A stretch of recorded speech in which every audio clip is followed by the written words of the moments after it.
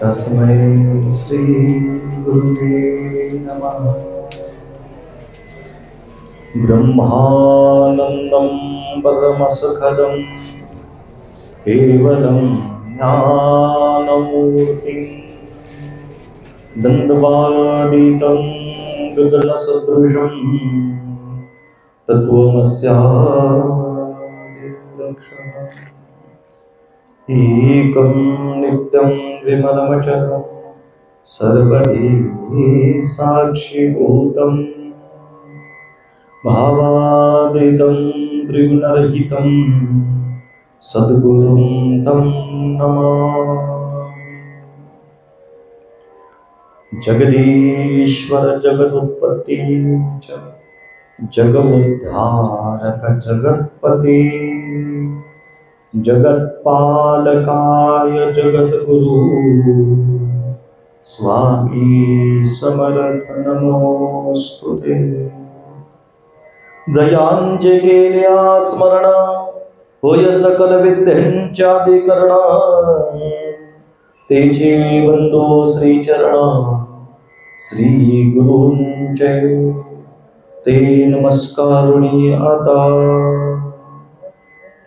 मनवूनी विनवितो तुम्हा सेवा करावी गुरु चरणा भवसागरे दुःख यातना सोडविरे श्री गुरु अनंता। कलियुगी अन्य नसे साधन कलियुगी अन्य नसे साधन सुखाचे मूळ असे नाम। स्वामी दास म्हणे करा लव करी स्वामी दास म्हणे करा लव करी तुम्ही स्वामींचे भावे सेवेकरी म्हणून विनवितो तुम्हा सेवा करावी गुरुचरणा। श्री अनंत कोटी ब्रह्मांड नायक राजाधिराज मायबाप कलकुट सद्गुरु श्री स्वामी समर्थ महाराजांच्या पावन पवित्र चरण कमलावर साष्टांग कोटी कोटी प्रणिपात। अखिल कोट ब्रह्मांड नायकाची सेवा म्हणजे पराकोटीचं भाग्यपत्री असल्याशिवाय ते प्राप्त होत नाही। मनोगुणी विनवतो तुम्हा सेवा करावी गुरुचरण। अभंगाची सुरुवात प्रश्नार्थी चिन्हाने आरंभित होत असते। मनोनी विनवितो तुम्हा ही गोष्ट आपण असं म्हणताना मनविनविन तुम्हाला एखादी गोष्ट काही सांगायची असेल इतरांना तर आपण म्हणून हा शब्द त्या ठिकाणी जोडत असतो। पण मनोगुणी विनवतो तुम्हा काहीतरी तुम्हाला त्या गोष्टीचा अनुभव यावा लागतो। ती गोष्ट तुम्हाला अनुभवातून प्राप्त व्हावी लागते त्याच्यानंतर तुम्ही इतरांना म्हणू शकता। तुम्ही एखाद्या गावाला पोहोचलाच नाही एखाद्या मार्गाने गेलाच नाही तर तुम्ही इतरांना तो मार्ग सांगू शकत नाही। तुम्हाला जर तो मार्ग माहिती आहे तुम्हाला जर पत्ता माहिती आहे तर तुम्ही आवर्जून सांगणार तुम्ही इकडे नक्की या रस्त्याने जा तुम्ही योग्य ठिकाणी पोहोचाल।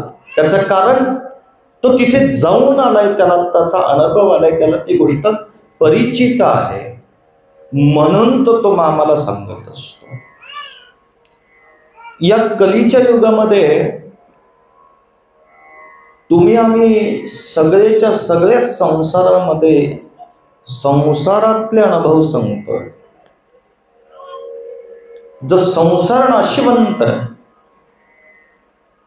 जो संसार कधी पूर्ण न होणार आहे त्याचे अनुभव सांगून फलप्राप्ती शून्य आहे. जी गोष्ट कोणालाही पूर्ण करता आली नाही, ज्या गोष्टीमध्ये प्रचंड दुःख आहे, यातना आहे, अखिल सकल संतांनी संसाराचं वर्णन करताना संसाराला काही ठिकाणी वृक्षाचं रूपानं उपमा दिली की ज्या वृक्षाचं संगोपन होतंय पण फलप्राप्ती काही नाही.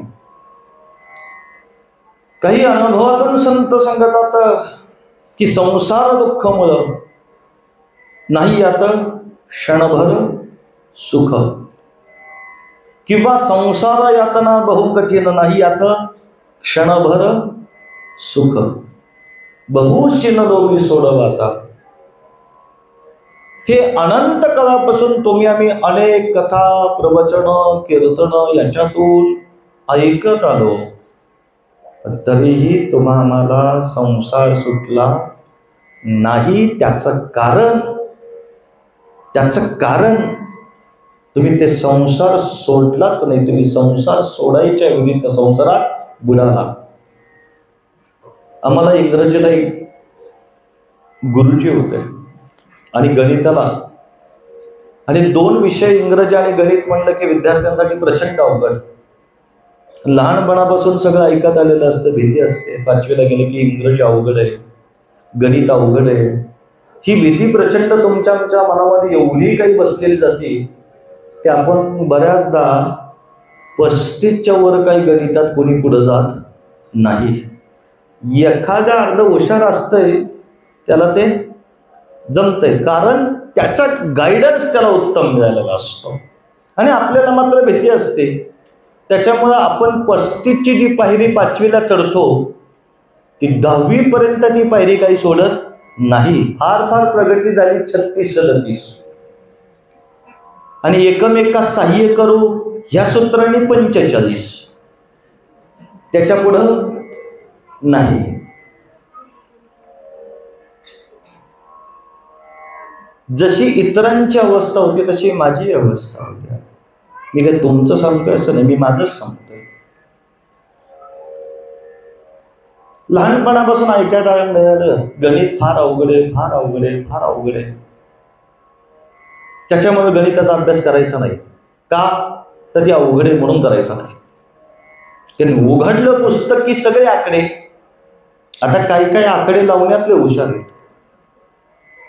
शाळेत कधी त्यांना बोंबलायला कधी अभ्यास करता आला नाही गणिताचा, पण आत्ता मात्र एवढं गणित, त्या पानावर जागा नसती एवढे आकडे असतात, मागे पुढे मागे.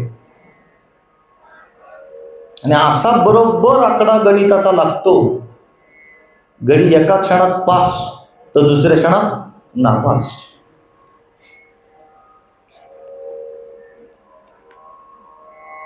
गणिताला पहिल्याच सत्राला 10वीच्या सराव परीक्षा चाचणी क्रमांक 1 पवार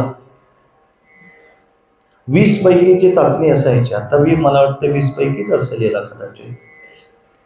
पहिल्या चाचणीला मला 20 पैकी 5 मार्क पडले आणि मी नापास झालो. दुसऱ्या चाचणीला सरांनी पेपर दिला आणि म्हटले, अरे आता तरी जरा गणिताचा अभ्यास करा, हुशार व्हा. मी मनावर घेतलं. दुसऱ्या चाचणीला 6 मार्क पडले, प्रगती झाली माझी. पुन्हा नापास. तिसऱ्या सरावाला डायरेक्ट 17-1ला सर म्हटले, अरे चाचणीला जिंदगी तुला पास होता येईल ना, तू 17ला गावा पास व्हायचा. अरे पोऱ्या, गणित सुटत नाही त्याचं कारण तू सोडवत नाही. आलं का लक्षात? संसार हा असाच आहे गणितागत. संसार हा गणितासारखाच आहे. तो सोडवाय जाताय तुम्ही, पण तो सुटत नाही. तुम्ही जर मनावर घेतलं संसाराचं गणित सोडायचं तर ते सुटत. तुम्ही म्हणालाच तुमच्या डोक्यात काहीतरी वेगळा विषय दिसतोय की नाही महाराजा. आमचे गुरु महाराज सांगायचे, संसार करायचा असेल तो असा करावा, तेलाची आणि पाण्याची मैत्री होते, अशी घट्ट मैत्री होते की ती एकरूप सुद्धा होत नाही आणि विभक्त सुद्धा होत नाही. काय कळलं? संसाराचं महाराजा गणित असंच आहे, त्याला एकरूप सुद्धा होता येत नाही आणि वेगळंही व्हायचं नाही. आणि त्यातला मधला मार्ग म्हणजे परमार्थ गुरु महाराजांना अनन्य भावे शरण जायचं, त्यांची सेवा करायची, म्हणजे खऱ्या अर्थाने परमात्म्याचं पहिलं परमार्थाकडे जाण्याचं पहिलं पाऊल तुमचं आमचं पडतं. हा अनुभव आला म्हणून पहिल्या चरणात म्हणून विनवितो तुम्हा. काय विनंती महाराजा, तुम्ही आम्हाला एवढी विनंती का करता आणि कशासाठी करता? सेवा करावी गुरुचरणा. कारण महाराजा जगाच्या पाठीवर जर का सर्वात मोठं जर या कलियुगामध्ये कुठलं दैवत असेल तर गुरु महाराज आहे, गुरुदेव आहे. गुरुदेवाला प्रत्यक्ष परब्रह्माचं तत्व मानलं जातं. पण बऱ्याचदा तुमचा गोंधळ असा होतो की आपण गुरु महाराजांना देहरूपाने पाहतो. गुरु मुळात देहरूपाने पाहण्याची गोष्ट नाहीये.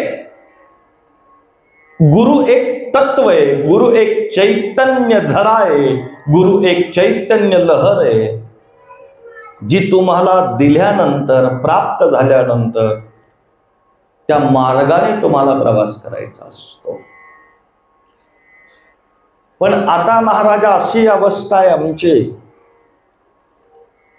काही लोकांना गुरु अजून भेटलाच नाही, काही लोकांना तो मिळाला पण कळला नाही, काही लोकांना कळला पण समजला नाही, आणि काही लोकांना कळलाही नाही समजलाही नाही, असा एक वर्ग आहे. आणि ज्यांना गुरु कळला त्यांची अवस्था, देव पाहण्यासे गेलो देव होनीच्या. विश्वाची माऊली ज्ञानोबर तुम्हाला सांगते की ज्ञानदेव म्हणे, तरलो तरलो आता उद्धरिलो गुरु तुगे. गुरुच्या कृपेशिवाय महाराज तुमचा आमचा या जीवाचा उद्धार होणार नाही. या कलियुगामध्ये जर का तुम्हाला आम्हाला जर उद्धार करून घ्यायचा असेल तर श्री गुरूंना शरण गेलं पाहिजे, गुरु कळला पाहिजे. आणि गुरु कळणं महाराजा इतकं सोपं आहे का? नाही. गुरु महाराजांना कळणं किंवा गुरु समजून घेणं अनेक लोकांना अजूनही कळलेलं नाहीये. काही लोक गुरूंच्या बाबतीमध्ये प्रत्येकाचं एक आगळं वेगळं मत असतं, प्रत्येकाचा आगळा वेगळा विचार असतो. पण त्यांनी दिलेलं जे तत्व आहे ते तत्व घेऊन कोणी चालत नाही. आणि त्याच्यामुळं आम्ही सत्संग करतो खरा, आम्ही गुरु महाराजांच्या दर्शनाला जातो खरे, पण त्यांनी दिलेल्या परीक्षामध्ये आपण उतराई होत नाही. आणि त्याच्यामुळे आपला खऱ्या अर्थाने जो अनुभव प्राप्त व्हायला पाहिजे, जो उद्धार व्हायला पाहिजे, तो उद्धार होत नाही. महाराजा बसलेल्या लोकांपैकी अनेक लोकांच्या मनामध्ये हा विचार आहे की उद्धार होणं म्हणजे नक्की काय होणं, कशाचा उद्धार करायचा आहे. आपल्या स्वतःचा उद्धार करणं म्हणजे नक्की काय करणं. उद्धार करणं म्हणजे, उद्धार होणं म्हणजे दुःख नाही सोनं नाही, तर सुख आणि दुःखात ज्याची अवस्था समांतर राहते त्याला उद्धार करून घेणं असं म्हणतात. ज्याला कुठल्याही प्रकारची अपेक्षा राहत नाही, ज्याला कुठल्याही प्रकारचं आशा अपेक्षा कोणत्याही राहत नाही, तर प्रत्येक जीवामध्ये ज्याला भगवंत दिसतो म्हणजे खऱ्या अर्थाने त्याचा उद्धार झाला. मंदिरात गेल्यानंतर फक्त देवाला पाहायचं आणि मंदिराच्या बाहेर गेल्यानंतर मात्र प्रत्येक जीवाला, प्रत्येक जीवाची चेष्टा निंदा मस्करी करायची, याला गुरुकृपा म्हणता येणार नाही. गुरुकृपा प्राप्त होणं म्हणजे काही गाडी बंगला ऐश्वर सुख समाधान आणि तुमच्या इच्छा पूर्ण करणं नव्हे,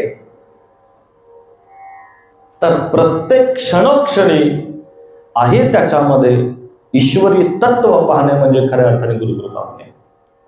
आणि गुरूंना शरण गेल्याशिवाय हे कलियुग तुम्हाला तरुण जाता येणार नाही. आणि म्हणून जर हे कलियुग तरुण जायचं असेल तर गुरु महाराजांना शरण जाणं गरजेचं आहे. हे कलियुग प्रत्यक्ष भगवान दत्तात्रेयांचं आहे, मी नेहमी सांगत असतो. आणि या कलियुगाचे मालक प्रभू दत्तात्रेयांना अनन्य भावे शरण जाणं फार आवश्यक आहे. संसारात करू नका असं म्हणणारा मी नाहीये. ज्ञानोबऱ्याने संसार न करता म्हणावं, अवघाची संसार सुखाचा करीन. तर संसार महाराजा कुठला आहे? त्या संसारातल्या प्रत्येकाला सुखी करण्याचं अभिवचन ज्ञानोबराया देतात. तेच अभिवचन भगवद्गीतेमध्ये भगवान श्रीकृष्ण अर्जुनाला देतात. तेच अभिवचन जगाच्या अक्कलकोटचे सद्गुरू स्वामी समर्थ महाराज तुम्हाला देतात. अनन्या चिंतयन्तो माम ये जना योगासते तेषा नित्याभियुक्तानां योगक्षेमं भाम्यं. तू फक्त मला अनन्य भावे शरणच यायचंय, बाकी सगळं योग आणि क्षेम मी स्वतः चालवणार आहे असं जगाचा मालक म्हणतात. पण मला सांगा, आपण खरं शरण चालतोय का? प्रार्थना करणं म्हणजे शरण जाणं का? नाही. विनंती करणं म्हणजे शरण जाणं का? नाही.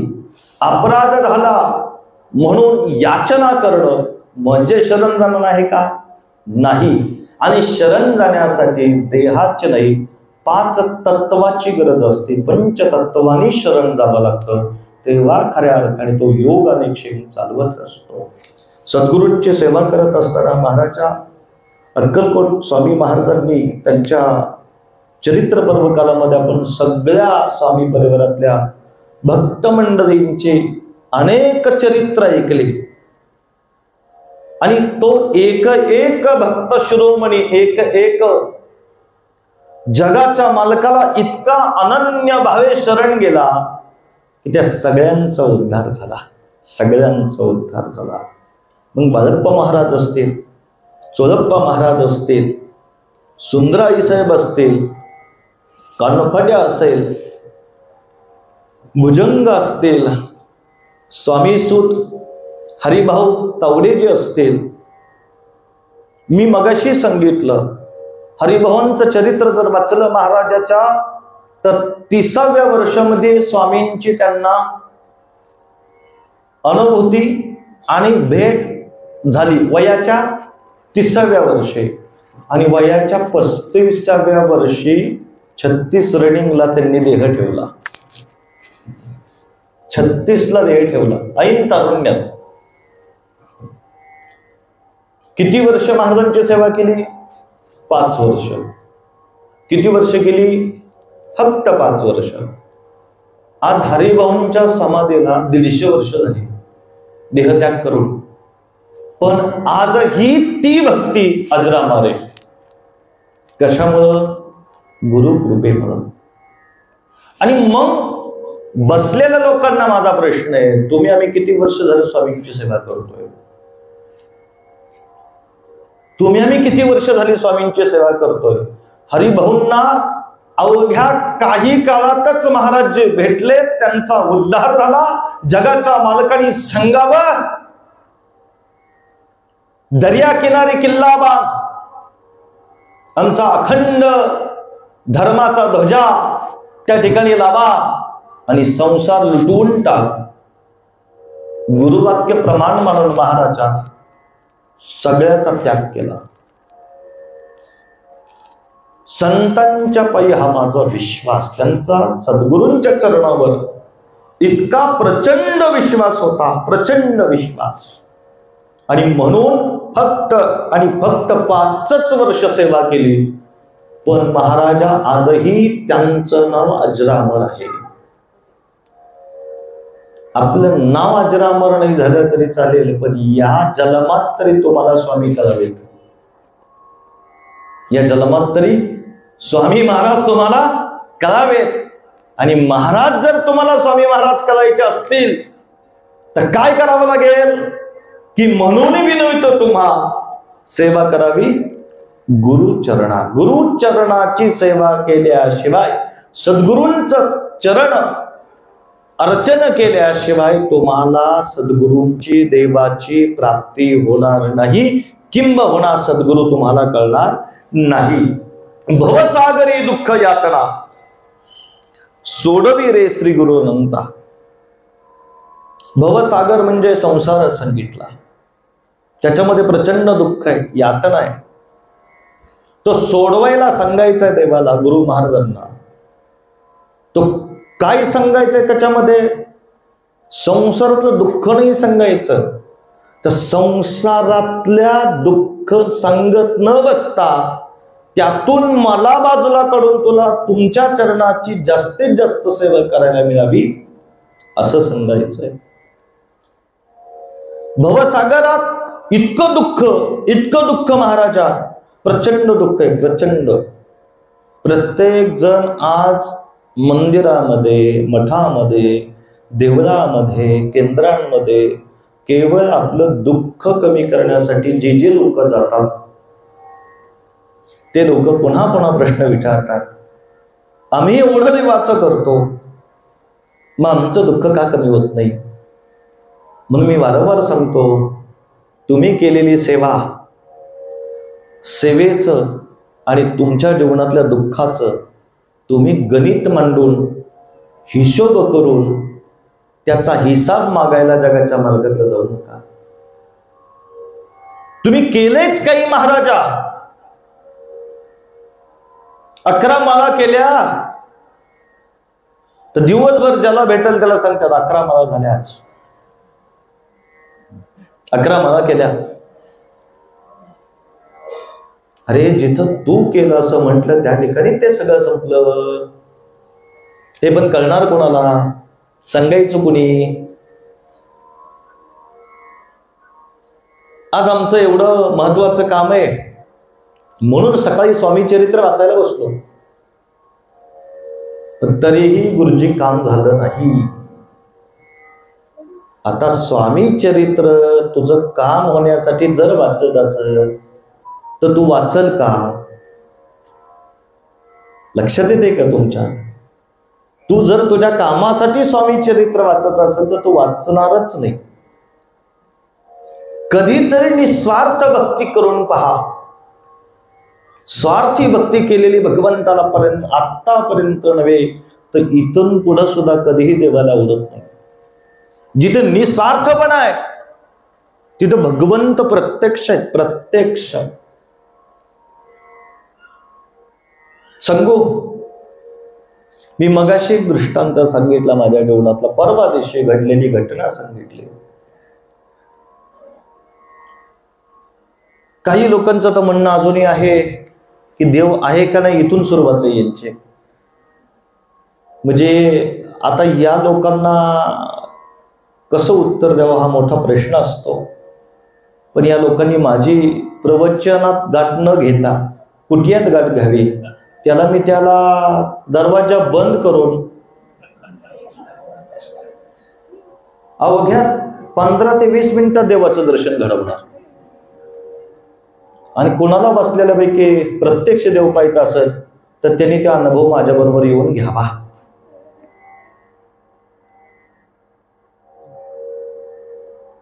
कारण देव पाहायची गोष्ट नाही, अनुभवायची गोष्ट आहे.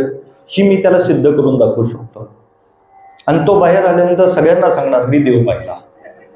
मी देव पाहिला, मला देव भेटला. हा आपलं चॅलेंज आहे. जाताना कुणाला काय वाटलं तर भेटून जा मला. मी त्याला 15 नाही 5 मिनिटं फक्त. लगेच महाराजा काय करल ते आत आल्यानंतर सांगाल, ते लगेच सांगणार नाही.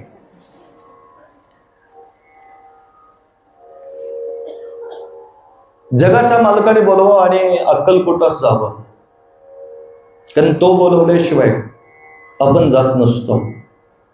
ज्या दिवशी मी अक्कलकोटला एवढ्या 2-3 दिवसात जाईल असं म्हणणारा माणूस 6-6 महिने झाले ती घरीच येत अजून, ती काय अक्कलकोटला पोहोचले नाहीत. अशा अनेक लोकांचे अनुभव आहेत. गुरुजी आमचं चाललंय अक्कलकोटला जायचं. चाललंय, तू काय जाऊ नकोस. तुला काही महाराजांनी बोलवलं नाही, तू बिंदास राहा. पण ज्यावेळेस जगाचा मालक बोलवतात ना, त्यावेळेस कारण नाही, त्यावेळेस निमित्त नाही, आदेश असतो आणि निघतो माणूस. झालं. संसारातले दुःख प्रत्येकाला आणि प्रत्येक जण दुःखामध्ये बसलेला असतो गुंतून. मालकांचा आदेश आला आणि अचानक अक्कलकोटास निघालो. मी आणि आमच्यावर आमचा शंकर होता. पुढे जाऊन शर्वरी नदी घ्यायची होते, कारण शर्वरी नदी असल्याशिवाय तिथल्या रामाचं दर्शन होणार नाही. शर्वरी म्हणजे आमचे मानस कन्या, म्हणजे बापूजींची कन्या. मग आता शर्वरी आमच्या बरोबर आहे, भगवान शंकर आमच्या बरोबर आहे. पण हे सगळं कुणाबरोबर असतं? जिथं वेदांत आहे तिथं हे देव आहे. तसे नाहीत.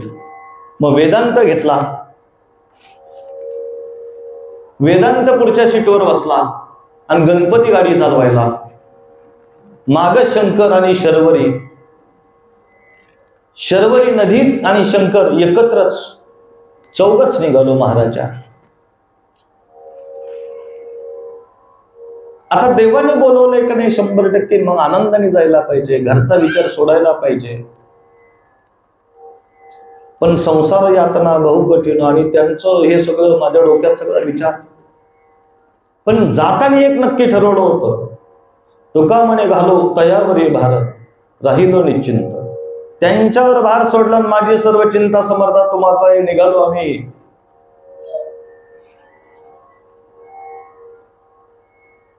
मोरगाव सोपा पास केला आणि इनोवाचा टायर फुटला. दन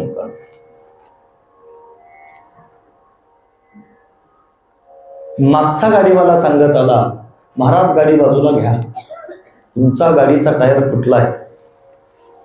तसं जाणवायला आम्हाला बाजूला आला आम्ही. आता कोठे धाबे म्हण तुमचे चरण देखिल्या.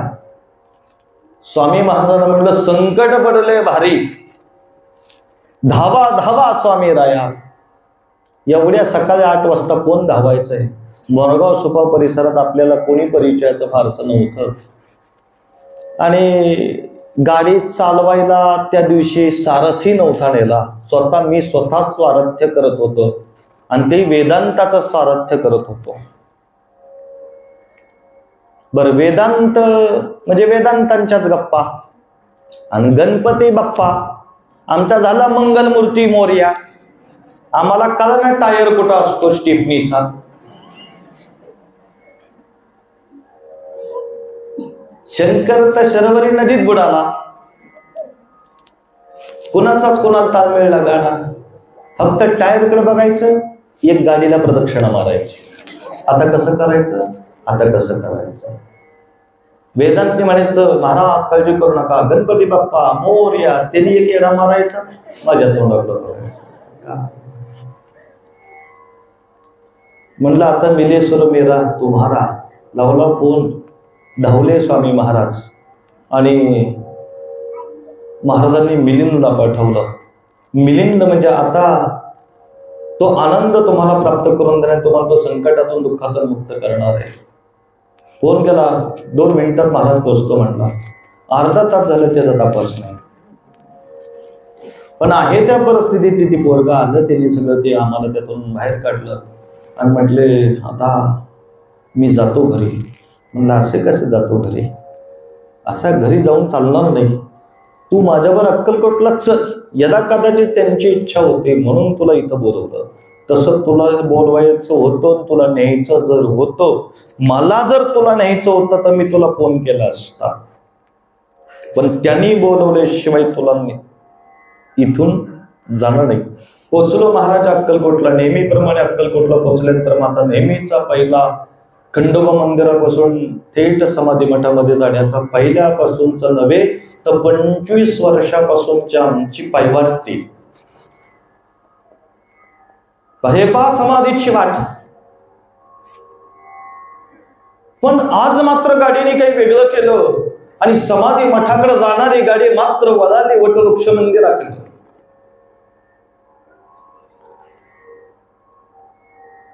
आणि शंकर मला स्वतः म्हणतो ना, बाबा मग तिकडे राहिला ना. नाही म्हटलं, आपल्याला आज वटवृक्ष मंदिरावर महाराजांनी बोलवलं, समाधीला वेळ यायचो, चला म्हणतो वरती. वटवृक्ष मंदिरामध्ये पोहोचलो आम्ही चौघ. दर्शनाला आत गेलो. सोमवार आणि मालकाने केलेलं भजन मुखामध्ये शिवशंकर नमामि शंकर, शिवशंकर शंभो, हे गिरजापती भवानी शंकर, शिवशंकर शंभो. हे भजन हृदयाच्या अंतःकरणामध्ये अखंड चालत असतं महाराज. ते भजन करता करता आम्ही अत्यंत सावकाश मंदिराच्या जवळ पोहोचलो, मंदिरामध्ये पोहोचलो. नेहमीप्रमाणे अक्कलकोटला आता गर्दी दिवसेंदिवस वाढत चालली. आत मंदिरामध्ये पोहोचलो आणि भगवान शंकराच्या स्वरूपामध्ये जगाच्या नायकाचं दर्शन झालं. इतकं महाराज समाधान वाटलं, इतकं समाधान वाटलं. पण मन समाधानी होतं तितकंच ते उदासीन सुद्धा होतं. त्याचं कारण समजतो. कारण आम्ही मालकांना पाहिलं, तिथं गेलो, मालकांच्या मालकांचं दर्शन झालं. कुठंतरी दर्शन झालं. या सगळ्यांना दर्शन झाल्यानंतर आता बाहेर पडायचं. एक छोटा एवढासा मुलगा होता आमच्या ह्या वेदांत चालका आणि आजी आजोबा वयस्कर. त्या दोघांनी त्या मागे येऊनच त्या याच्यावर दर्शन करून हात जोडून नमस्कार करत होते आणि विनंती करत होते की अरे माझ्या मुलाला दर्शन, माझ्या नातवाला दर्शन, स्वामी दाखवा, स्वामी पाहिजेत त्याला.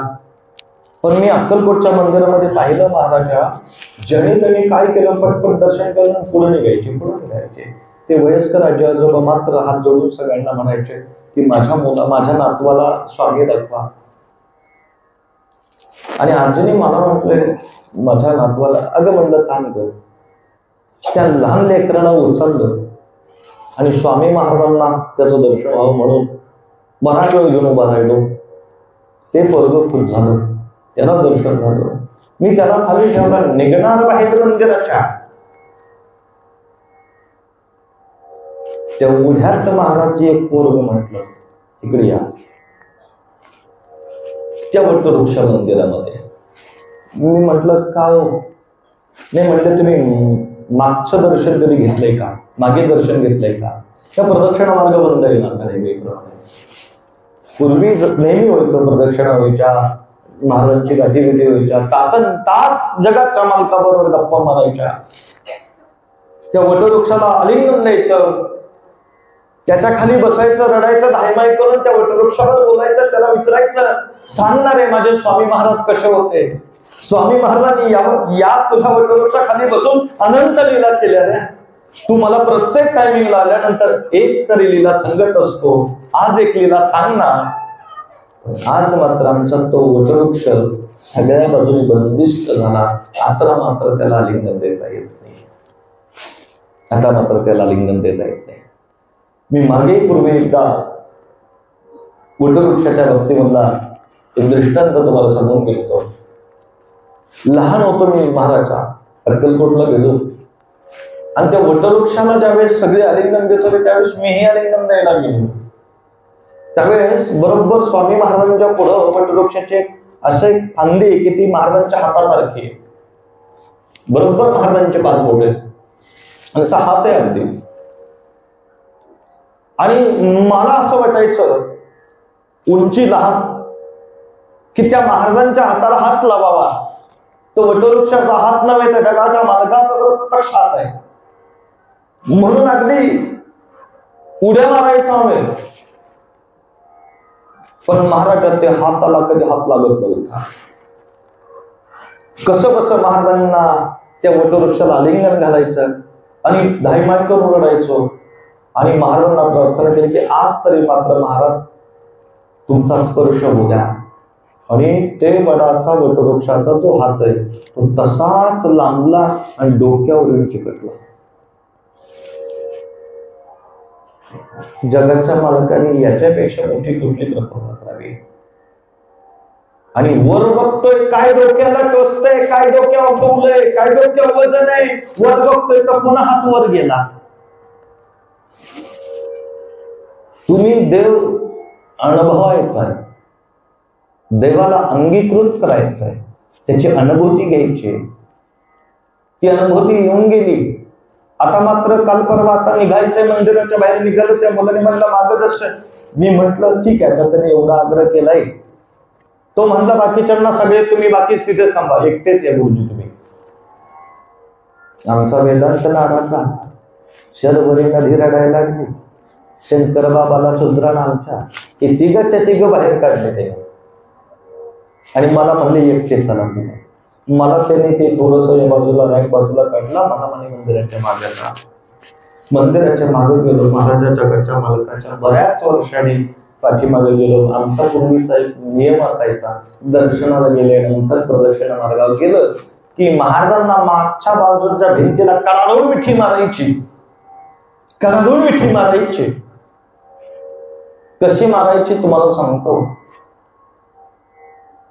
लहानपणी जे आजही बाबा असे जरा एकटे बसलेले असतात ना, तर काही काही मुलं कपकने असं चोर पावलाने येतात आणि धक्कने बाबाला मागून मिठी मारतात. ती मिठी मारायची. आणि महाराजा तशी मिठी मारली आणि नेहमीप्रमाणे मिठी मारल्यानंतर माझा कान त्या भिंतीला लागला आणि भिंतीतून आवाज येऊ लागला.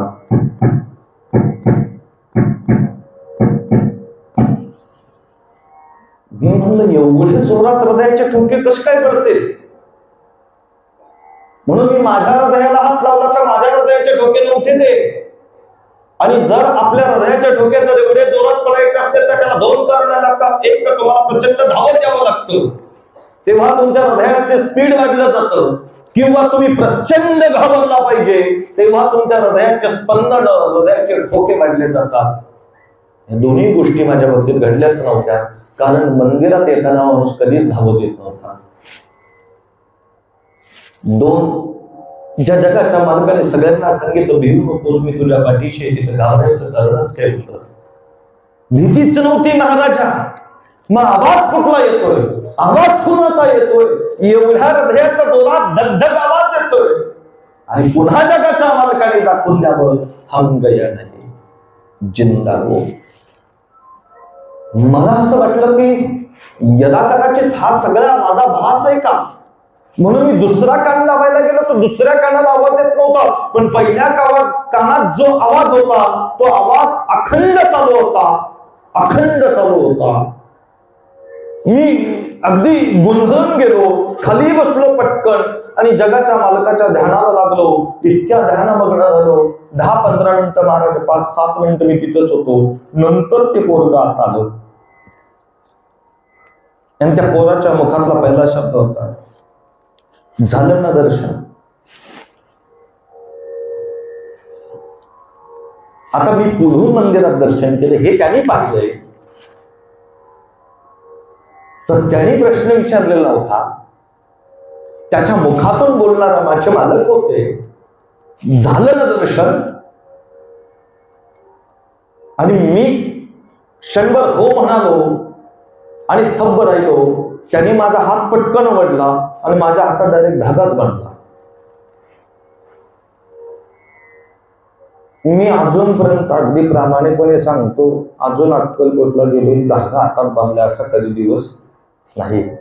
कारण आमचा धागा हृदयाच्या अंतःकरणेपासून लागलेले. हे धागे दोरे कधीचे जुने, हे काही ह्या धागे दोऱ्यात मधले नाहीये. हे धागे दोरे आमचे फार अनंत जन्मोजन्मीचे धागे दोरे, जन्मोजन्मीचे. पण त्याने बांधल्यानंतर मला असं वाटलं हा धाग्याची मला नाही, त्यांना गरज आहे. कुणाला? हा. म्हणून म्हटलं मला अजून एक धागा आणलाय ना. तो डायरेक्ट म्हणला आणलाय ना, आणि माझ्या हातात दिला. आणि आम्ही दोघं बाहेर पडलो. बाहेर मंदिरापाशी बसल्यानंतर झालेल्या काही गोष्टी मी लगेच मी वेदांतला आणि शंकरला या सगळ्यांना सांगितलं. तिथून बाहेर आलो, पण तरी माझ्या कानातला तो आवाज जात नव्हता. माझ्या कानात असं वाटायला की मला एका बाजूने फक्त ऐकायला येते, दुसऱ्या बाजूने ऐकायलाच येत नव्हतं. एका कानामध्ये फक्त आणि फक्त तो हृदयाचे ठोके जसे पडतात तसा तोच आवाज अखंड अविरहितपणे चालू होता. मला काही बोललेलं कळत नव्हतं. ऐकायला फक्त एकाच कानाने येत होतं, एका कानाने मला ऐकायलाच येत नव्हतं. काय होतंय मला असं वाटलं की मी काय आता भैरा झालो की काय. म्हणून थोडस पाणी कानात टाकून बघावं म्हटलं. कान दाबून बघितला तरी आवाज तोच चालू आहे. पण इतरांना काही पोरांना काही सांगावं तर पोरं म्हणतील काहीतरी झालंय महाराजांना, म्हणून काहीच कोणाला म्हणायचं नाही. निघालो आम्ही. वटवृक्ष मंदिर सोडलं आणि आता समाधी मठाकडे निघालो आम्ही. समाधी मठ म्हणजे खरं तर आमच्या हृदयाचा प्राण त्या ठिकाणी आहे. गुरु हा प्राण विसावा माझा.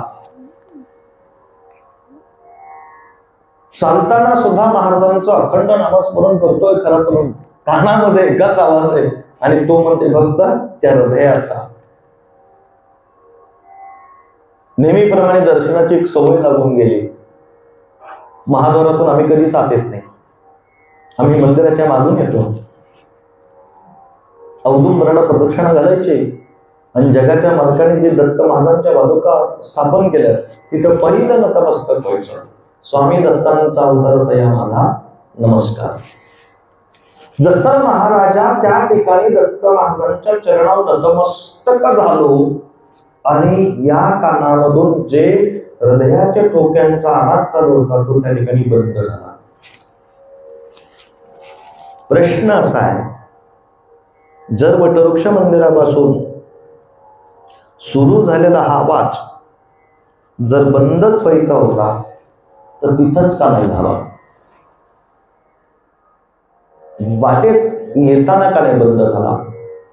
प्रवासात का नाही बंद झाला? आणि केवळ दत्त महाराजांच्या चरणांना नतमस्तक झाल्यानंतरच तो आवाज बंद करावा? विचार नव्हता डोक्यात. हे प्रश्न घरी आले पडलेले सगळे. हे प्रश्न तिथले नाही. समाधी मठामध्ये गेलो, नेहमीप्रमाणे दर्शन केलो. पण ह्या वर्षी ह्या वेळेस मात्र समाधी मठामधलं एरवी आमची दर्शनाला गेल्यानंतरची वेळ किमान 5 तास. नेहमी अक्कलकोटच्या समाधी मठात किती वेळ असतो आम्ही? 5 तास. या वारीला मात्र फक्त 5 मिनिटं आम्ही तिथे होतो. फार तर 10 मिनिटं असतील. त्याच्यानंतर आम्ही तिथून निघून आलो. भगवंताचं नामस्मरण महाराजा इतकं पावन पवित्र की या कलियुगामध्ये कितीही साधन करा त्याला प्राप्त करण्यासाठी जप करा, तप करा, हवन करा, अनेक नाना प्रकारचे अनुष्ठान आहेत. पण या कलियुगामध्ये सर्वश्रेष्ठ जर कुठलं साधन सोपं असं त्यांना प्राप्त करायचं तर ते केवळ आणि केवळ नाम आहे. ते नामानेच भेटतात, नामस्मरणानेच भेटतात. आणि ते नामस्मरण करीत आम्ही महाराजा पोहोचलो.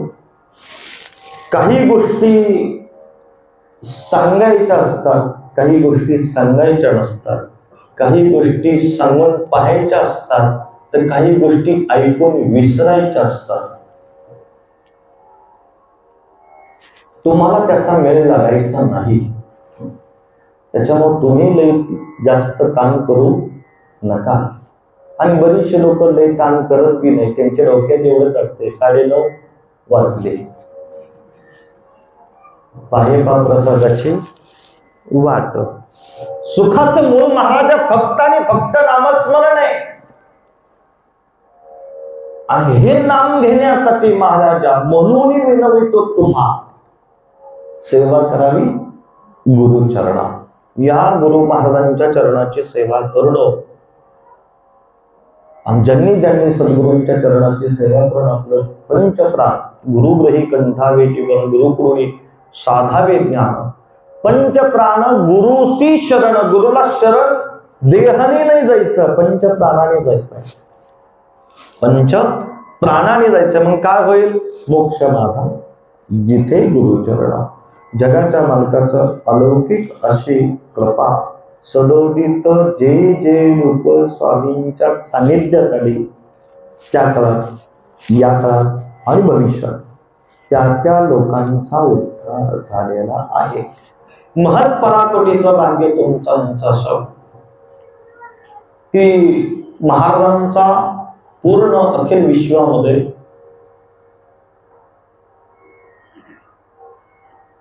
अखंड विश्वामध्ये भ्रमण असतंय महाराजांचं. त्या काळात सुद्धा महाराज फक्त अक्कलकोटमध्येच राहिले असे काही नाही. महाराजांनी अक्कलकोट, पंचक्रोशी किंबहुना संपूर्ण विश्वामध्ये फिरले. अनेक लोक जसे जसे महाराजांच्या सेवेमध्ये आले त्या लोकांना महाराज भेटले. पुण्यामध्ये ज्यावेळेस अक्कलकोट स्वामी समर्थ महाराज आले होते त्यावेळेस ज्यांच्या घरामध्ये महाराजांचा अखंड निवास झाला, महाराज त्या ठिकाणी राहिले, ते म्हणजे नाईक परिवार. त्यांचा पोथीमध्ये सुद्धा उल्लेख आहे.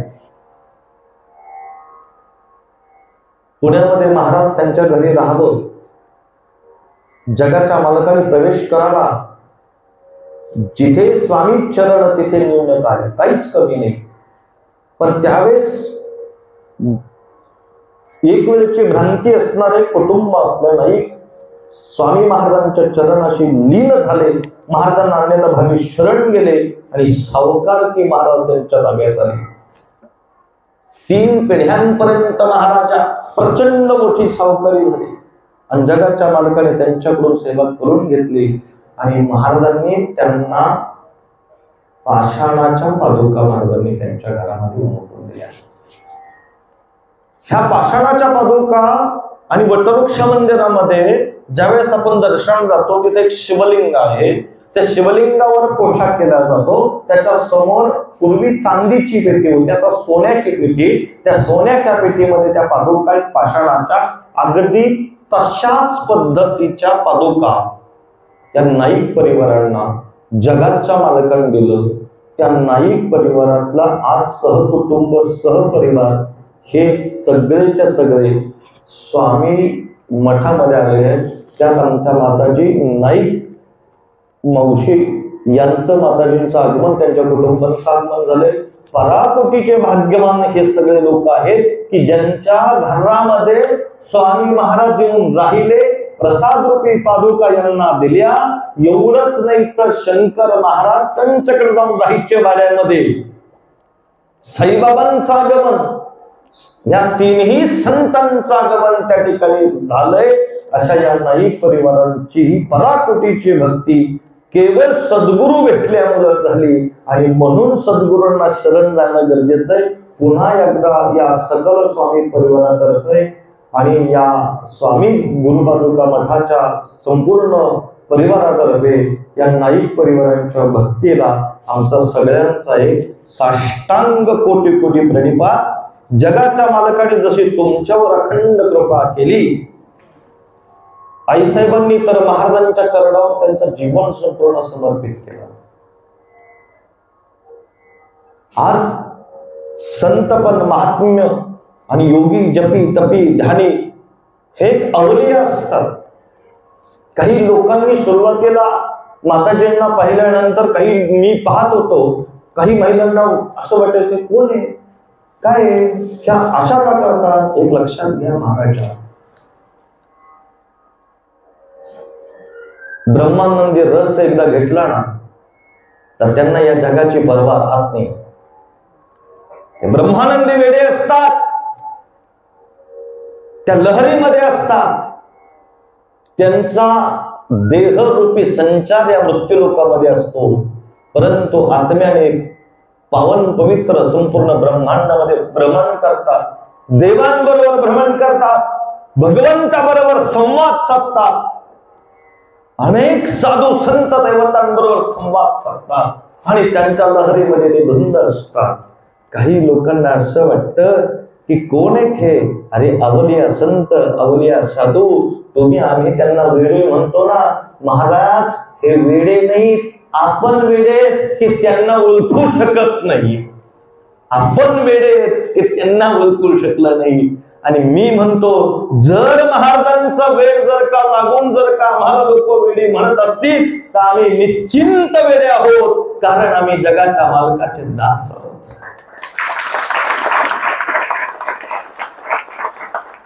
म्हणून पावन पवित्र चरण कमल यांच्या वाड्यामध्ये अशा नाईक परिवारांचं आगमन आपल्या या मठामध्ये सहकुटुंब सहपरिवार झालंय. माताजींचा जो प्रवास आहे तो संपूर्ण प्रवास केवळ आणि केवळ सद्गुरु चरणावर समर्पित आहे. मगाशी पहिल्यांदा त्या आल्या, साधू ओळखायला 6 दुहून टाकावं लागतं तेव्हा तो दिसतो, तसा दिसत नाही.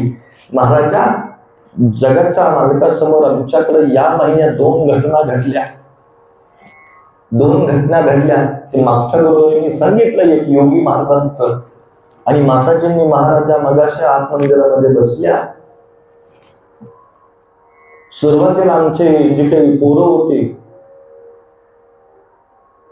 त्या पोरांना वाटलं आता काय नाही, कोण आहे, काय करतात, काय नाही, पोरांना काही त्याचं ज्ञान नाही. म्हणून मी सुरुवातीला सांगितलं, साधू ओळखायला 6 धुवून टाकायला काम, क्रोध, मद, मत्सर, अहंकार, लोभ हे सगळं ज्याच्याकडे नाही त्याला साधू कळला. आणि साधू कळायला साधूच कलियुग आहे. या कलियुगामध्ये साधू थोर जाणार, साधू थोर जाणार, साधू थोर जाणार कलियुग आहे. या कलियुगात फक्त साधूच थोर आहे, बाकी सगळेच चोर आहेत. काय तुमचं मत आहे ह्या गोष्टीवर? ऐका नाही, साधूच थोर आहे. महाराजा बसल्या आणि जगाच्या मालकाबरोबर गप्पा मारायला बसल्या. काही लहरी असतात, काही स्पंदन असतात, आणि ते स्पंदन, त्या लहरी, त्या स्पर्श झाल्या आणि या ब्रह्मांडाच्या संपूर्ण भ्रमंती करायला निघाल्या. देह इथं ठेवून तुम्ही इथं बसून घरी तुमचं मन आहे इथं बसून पप्याची आई जेवली असेल का? पप्या झोपला असेल का? महाराज आज लवकर सोडतात का? जेव्हा काही नवीन आयटम आहे का? रोज सांबर रोज भात, आज जिलेबी का शिरा आहे, आज चप्पल नवीन आणली, कोणी घालून नाही गेलं म्हणजे जमलं.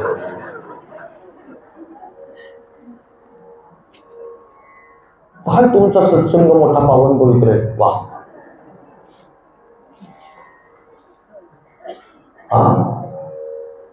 साधूचं तसं नसतंय महाराजा, महात्म्याचं तसं नसतंय.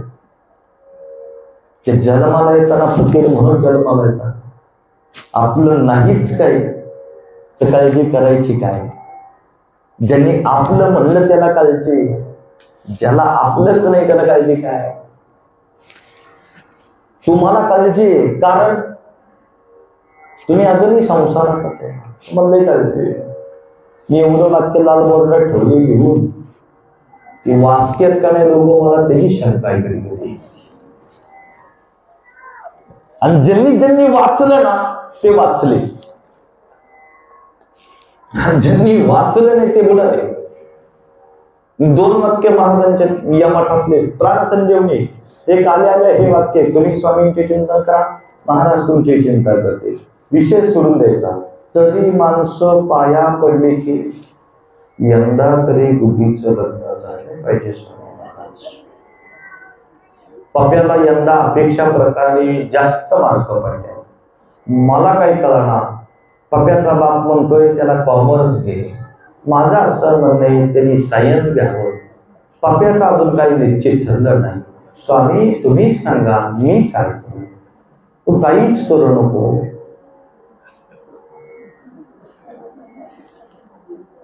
कशासाठी महाराज एवढं वाक्य प्रचंड सुंदर, तेवढं वाचावं, नतमस्तक हो, प्रदक्षिणा करावी आणि जाताना एक वाक्य वाचावं, निश्चिंत जा भिवून कोस मी तुझ्या पाठीशी. विषय क्लोज आहे ना, पण तरीही माणसं सुधरत. शाबास, तुम्ही खरंच सुधरूच नका. माझी तर इच्छा आहे माझ्यापासून तुम्ही सुधरूच नाही. कारण प्रश्न असा आहे, तुम्ही सुधारला तुम्ही सांगायचं कुणाला? सगळेच महाराज झाले, सगळेच महाराज, लय अवघड काम आहे म्हणते. त्याच्यामुळे तुम्ही आपलं तसंच राहा. तुम्हाला किती, मला चांगलं माहिती, मी सांगून सांगून जरी कंटाळलो आणि ओरडलो, तुकोबारायाच्या भाषेत तुका म्हणे सांगता सांगता मेलो आता, हंकोरणी सांगे तुका, ओरडून सांगते नाही कळत त्याला. आता तुकोबारायाचं ऐकलं नाही तर माझं कवा ऐकायचे? त्याच्यामुळे मी गेले काही ताण घेत नाही असा तुमचा बोल गैरसमज. मी या हृदयात प्राण आहे तोपर्यंत तुम्हाला सुधारल्याशिवाय राहणार नाही. सुधरायचे ते सुधरा असं म्हणून चालणार नाही. तुम्ही किती बिघडल्या गाड्या तरी त्या गाडीचा पक्का फिटर असल्यानंतर प्रॉब्लेम मी सॉल्व्ह करणारच. आणि मला तुमच्या सगळ्यांचे प्रॉब्लेम लक्षात आहे. कुठल्या गाडीत कुठला फॉल्ट झालाय ही गाडी बघितली कीच कळतं ह्याचा प्रॉब्लेम काय आहे. कुणाचा वायपर गेला ते तोंड असं केलं, कुणाची बॅटरी लुजली, कुणाची गाडी चार्जिंग नाही, काय काय टायर पंक्चर आहे. सगळे नीट करणार मी, काही काळजी करू नका. आणि आपलं गॅरेजचं नाव आहे स्वामी समर्थ गुरुपादुका मठ. गॅरेजचा मालक आहे, त्या मालकाचं ओनरचं नाव आहे श्री स्वामी समर्थ महाराज. आणि त्या ओनरमध्ये, त्या गॅरेजमध्ये एक कामगार आहे, त्याच्याकडे नामस्मरण नावाचा पाना आहे. किती बी नट दिला असो त्याला आवडणारच आवडतं.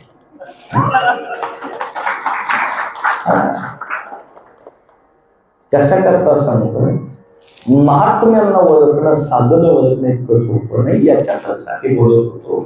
या महात्मा पावन पवित्र नाही कुटुंबियाच्या पुन्हा पुन्हा मानावे तेवढे आभार कमी आहेत. आणि त्यांच्या वास्तूमध्ये जे स्वामी महाराजांच्या ज्या पादुका आहेत त्या पादुकांचं दर्शन लवकरात लवकर मालकाने आम्हाला पाठवावं, त्यांच्या दर्शनाला जावं. आणि माझा एक नाईक परिवारांना माझ्या अगदी चरणावर तुमच्या सगळ्यांच्या विनंती आहे. मी एक तर चोर माणूस आहे, चोर. अगाये सद्गुरु महाचोरटे, तेने माया पळविली बहुदुरी, ना करे ब्रह्म आकळे, एका श्री गुरु गुटे.